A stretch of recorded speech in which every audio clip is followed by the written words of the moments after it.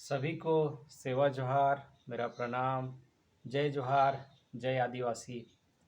जैसा कि हम सभी जानते हैं कि 9 अगस्त को हम विश्व आदिवासी दिवस मनाते हैं और विश्व आदिवासी दिवस मनाकर हम अपनी संख्या, अपनी भीड़ लोगों को दिखा दिए। लेकिन क्या हम सभी अपने हक अधिकार को पाने में या जो शासन प्रशासन द्वारा जो नीति बनाई गई है, क्या हम सभी आदिवासियों को मिल रहा है? ये एक क्वेश्चन मार्क है। अगर हम विश्व आदिवासी दिवस के दिन में आ करके हम भाषण दे करके चले जाते हैं, तो क्या हम अपने हक अधिकारों को पा पाएंगे या नहीं पा पाएंगे? ये क्वेश्चन मार्क है। तो अगर देखा जाए और एनालिसिस किया जाए, तो बहुत सारी योजनाएं जो सरकार हम आदिवासियों के लिए बना के रखी हुई है, लेकिन हम उन सभी को नहीं ले पाते हैं। और नहीं ले पाने का कारण छोटा मोटा हो सकते हैं या बड़ा कारण भी हो सकते हैं। लेकिन एक छोटा कारण मैं ये बताना चाहूँगा कि हम एक छोटा जो अंशदान होते हैं, उसको भी हम नहीं दे पाते हैं, और इसी वजह से हमको वो जो योजना है उसको हम नहीं ले पाते हैं। उदाहरण के तौर पे अगर हम अभी बात करें कि गांव-गांव में अभी सोलर पैनल बँट रहे हैं और सोलर पैनल के लिए सरकार बहुत बड़ी मात्रा पे अंशदान देती है, लेकिन एक छोटा जो अंशदान होते हैं हम नहीं दे पाते हैं। इसकी वजह से हम नहीं ले पाते हैं और इसकी वजह से हम खेती भी नहीं कर पाते हैं। लेकिन अगर इसका समाधान क्या है? इसका समाधान एक ही हो सकता है कि हम सभी के जेब में पैसे आए, और हम सभी के जो जेब में पैसे आएंगे तो हम प्रबल होंगे। अब बात आती है कि पैसे कैसे आएंगे। अब सबको तो सरकारी नौकरी मिल नहीं सकता, सबको तो प्राइवेट जॉब मिल नहीं सकता। तो हमारे पास जब हम बात करते हैं जल जंगल ज़मीन का, तो हमारे पास है जल है, हमारे पास है ज़मीन है, हमारे पास जंगल है, वो कुछ मात्रा में है। तो अगर इसको देखा जाए तो ये सारी चीज़ें हमारे पास ही हैं और मैन पावर भी हमारे पास है। तो अगर इसको देखा जाए तो हम अगर उद्योग और व्यापार की ओर अगर बढ़ते हैं, तो हम सभी इन सारी समस्याओं से निदान पा सकते हैं।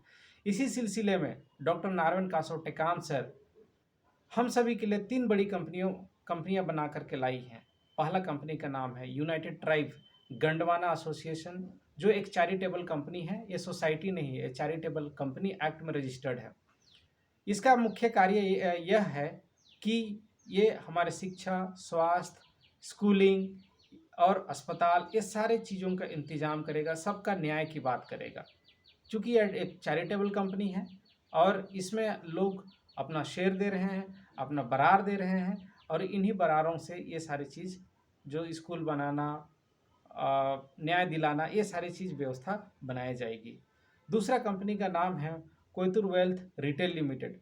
कोयतुर वेल्थ रिटेल लिमिटेड ये फुटकर बेसिस पर बेचने का एक कंपनी है। ये देश विदेश में बेचने का कार्य करेगा। तीसरा कंपनी का नाम है कोयतुर वेल्थ ट्रेडिंग लिमिटेड, और ये कोयतुर वेल्थ ट्रेडिंग लिमिटेड का मुख्य काम है कि चीज़ों को थोक बेसिस पर व्यापार करना। अब थोक बेसिस पर व्यापार करने का मतलब है कि जो बड़े बड़े फैक्ट्रियों में अगर जो बन रहे हैं माल, उसको लेकर के आएगी और लेकर के आने के बाद में फिर इसको रिटेल में दे देगी और रिटेल से लोग लेकर के जाएंगे।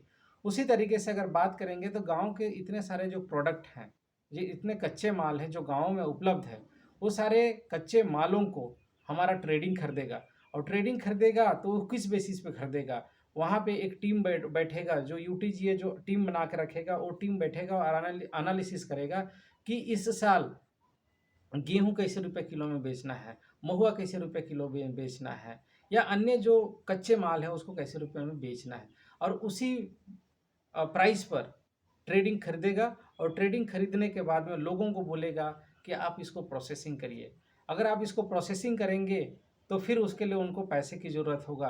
तो हमारे यूटीजीए जो है वो अभी की स्थिति में एक गारंटर के तौर पे बैंक में खड़ा होगा, और वहाँ से आप लोन लेकर के आप जैसे तेल निकालने वाला मशीन लगा सकते हैं, गेहूँ से आटा बनाने वाला मशीन लगा सकते हैं, या छोटा राइस मिल लगा सकते हैं, या डब्बा बनाने के लिए लगा सकते हैं। अगर मैं उदाहरण के तौर पे देखूँ, अगर हमारे पास बहुत मात्रा में सरसों का तेल या सरसों उत्पादन होता है और सरसों का तेल भी खपत होता है, तो हम सरसों को अगर ट्रेडिंग खरीदता है और किसी एक जन को बोलता है कि आप वहाँ पे मशीन लगाइए, और मशीन जब वहाँ पे लगाने की बात जब होगी, तो वो क्या करेगा, अकेले तो लगाएगा नहीं, 2-4 और लोगों को लेकर के लगाएगा, और 2-4 लोगों को और लेकर के लगाएगा तो उनको रोज़गार मिलेगा।